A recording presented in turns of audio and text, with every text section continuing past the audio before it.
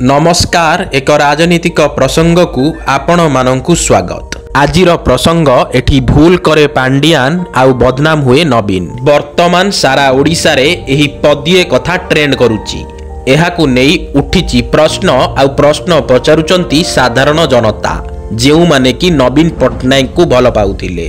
तेबे केउ भूल कले पांडियान और केमिति बदनाम हेले नवीन। तेबे प्रथमे जानिबा काहींकी भूल कले पांडियान। पांडियान तो जड़े थिले पूर्वतन आईएएस ऑफिसर। तांकर दिमाग थिला विचक्षण। से किपरि एपरि भूल करि परिले। जदि प्रश्न हुए एहार उत्तर तो अनेक आसीबो। तेबे एसबु सत्वे निर्वाचन सरी जिबा परे नवीन को मने पकाउचंती साधारण जनता जेउ माने कि नवीन को तांकर निज हृदय ठारू भी अधिक भल पाउथिले। कारण नवीन सबुबेले कहूथिले 4.5 कोटी ओडिया मोर परिवार। कारण नवीन कर केही परिवार नाहंती अर्थात नवीन अविवाहित। से केवल ओडिशा बासींक हित साधन पाई कार्य करुथिले बोली समस्ते जानिचंती।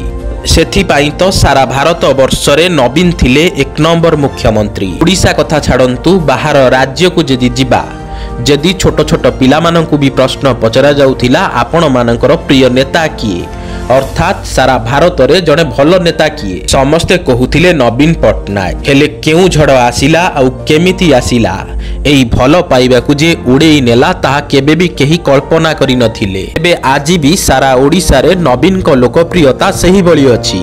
अर्थात कहिबाकु गले निर्वाचन परे मध्य नवीन कर लोकप्रियता एबे भी अछि।